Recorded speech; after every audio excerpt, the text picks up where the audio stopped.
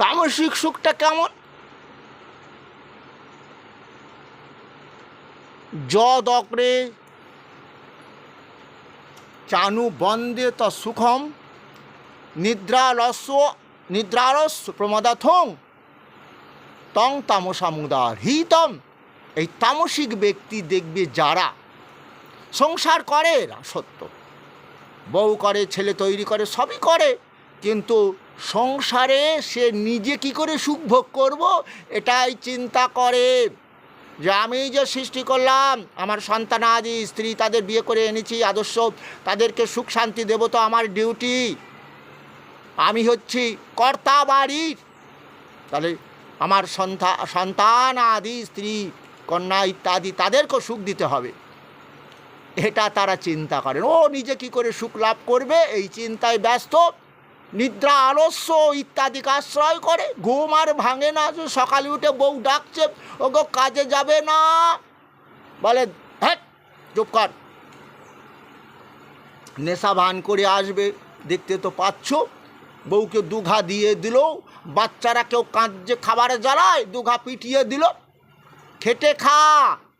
আরে ওদের তো এখন খেটে খাওয়ার সময় হয়নি, এইভাবে অকথ্য অত্যাচার করবে, কিন্তু নিজে সুখটা ভোগ করবে। শ্রদ্ধেয় আমার উত্তম কুমারের একটা সিনেমা দেখেছিলাম, তা মা একমাত্র সন্তান তো, উত্তম কুমার মাংস কিনে এনেছে, সে মাংসটা উত্তম কুমারকে সব দেয়নি, বউ ওই বউয়ের ছেলের জন্য 2 টুকরো রেখে দিয়েছিল। শেষ পর্যন্ত বউকে ঠ্যাঙানি, ওটা আমি খাবো, ছেলে খাবে না। তোমরা কি শুনতে পেয়েছো? এরকম সিনেমা দিয়েও অনেক কিছু আমি জ্ঞান লাভ করেছি।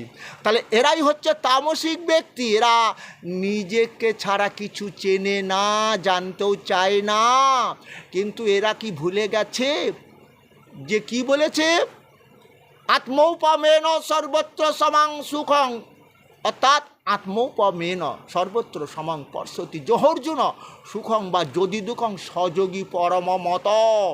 আমার মতে সেই যোগী ভক্ত শ্রেষ্ঠ, সবাইকে আপন ভাববে, সবাইকে নয় না, যাদেরকে আজকে যদেবং হৃদয়ং তব তদেবং হৃদয়ং মম, 2 হাত এক করে যাকে এনেছিল বাড়িতে, তাকে ভালো কাপ নিশ্চয়ই তাকে খাওয়াতে পারাতে হবে। সন্তানাদি তৈরি করেছে, আদর্শ সন্তান তৈরি করতে হবে, লেখাপড়া শেখাতে হবে, সব কিছু তো করতে হবে। তার যে দায়িত্ব সেই পালন করে না, আমার ভগবানের ওই যে গীতার বাড়ি সে কী করে পালন করবে গো? তা ভগবান বলছে, ও গো অর্জুন, দুঃখের সময় কত কষ্ট হয় জানো তো, তাই যে দুঃখ কষ্ট ভোগ করছে তাকে সুখী করো, এটাই হচ্ছে ধর্ম। আর তোমরা আমার ভক্ত, আমাকে আশ্রয় করেছো, তাই ওই দুর্যোধনাদি তোমাদের সুখে থাকতে দেবে না, অন্যায়ভাবে পাশা খেলে বনবাসে পাঠিয়ে দিল, বস্তা চাল দিয়েছিল, আর পাতার কুটির নির্মাণ করে তারা বাস করেছিল। আর ও হস্তিনাপুরের রাজধানীতে ছিল, শুধু নয়, হস্তিনাপুরের রাজধানী শুধু নয়, ইন্দ্রপ্রস্থও তো দখল করেছিল। কি বুঝলে অর্জুন, বুঝতে পেরেছ কি?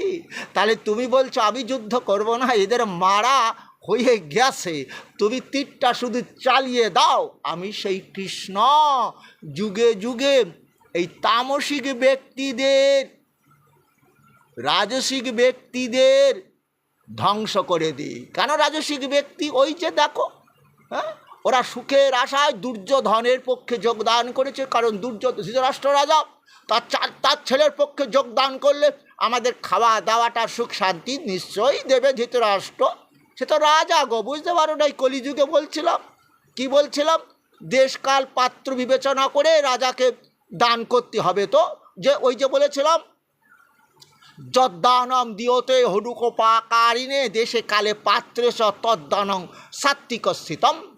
সাত্বিক দান কোনটা অর্জুন? দেশ। আজকে কোথায়? পাকিস্তানে বন্যা হয়েছে, ভারতবর্ষ তাকে সেবা করবার জন্য এগিয়ে আসবে, নিশ্চয়ই আমেরিকাকে নয়, শোনা গেছে এটাই হচ্ছে দেশ। আর কাল হচ্ছে ওই যে বলেছিলাম, এখন গরমকালে যদি কেউ কম্বল বিলোয় সাত্বিক দান হবে, আর পাত্র বিবেচনা করতে হবে। পাত্র ওই যে, বুঝতে পারো না, পাত্র মানে জানো, ওই যে দুর্যোধনের পক্ষে যারা যোগদান করেছে ওরা এটা জেনেছে, কি জেনেছে, যে দুর্যোধনের পক্ষে আমরা যদি যোগদান করি যুদ্ধক্ষেত্রে, ধৃতরাষ্ট্র আমাদের সুখেই রাখবে। আর আমরা কলিযুগে কি দেখি আবার বলবো? হ্যাঁ বলবো, বলতে তো হবে। গীতা পড়ো, তোমরা এমএলএ এমপি হয়েছো, আদর্শ শিক্ষক হও, আদর্শ নেতা হও। আজকে শুনতে পাই আর বলিস না, জানিস না ঘরটা ভেঙে যাচ্ছে। কতবার গেছি, কত অ্যাপ্লাই করেছি, ও নাকি হবে না আমার এখন। কিছু বুঝতে পারলে? ওদিকে যা একজনের আবার দুটো ঘর এসেছে, এখন আবার দেখি ছেলে বাবা সব এইরকমই তো হচ্ছে এখন। তাহলে অর্জুন এরা তামসিক ব্যক্তি, তাহলে এরা রাজসিক ব্যক্তি, অর্থাৎ রাজসিক ব্যক্তি এরা নিশ্চয়ই। হ্যাঁ, অর্থাৎ নিজেদের সুখ ছাড়া এসে কিছু চেনে না। আগামীবার আবার আমি পঞ্চায়েত ভোটে জিতে যাব, আবার আমি এমএলএ এমপি হব। কে গো, এরাই তো আমাকে ভোট দেবে। কিন্তু চাকা কিন্তু অনেক সময় সোজা পথেও ঘোরে না, উল্টো পথেও ঘোরে, এটাও যেন। কারণ সুখ তো চিরকাল হয় না, থাকে না, দুঃখটাও থাকে না। আমরা শুনেছি একটা শ্লোকের মাধ্যমে, চক্রবৎ পরিবর্তন্তে চ দুঃখানি চ সুখানি চ। এই ভিডিওটা এই অবধি। অর্থাৎ আরেকটু বলি, তামসিক ব্যক্তি হইও না, রাজসিক ব্যক্তি হইও না। তোমাকে কর্ম করতে হবে, ধর্মমূলক কর্ম। ধর্ম কি? সত্য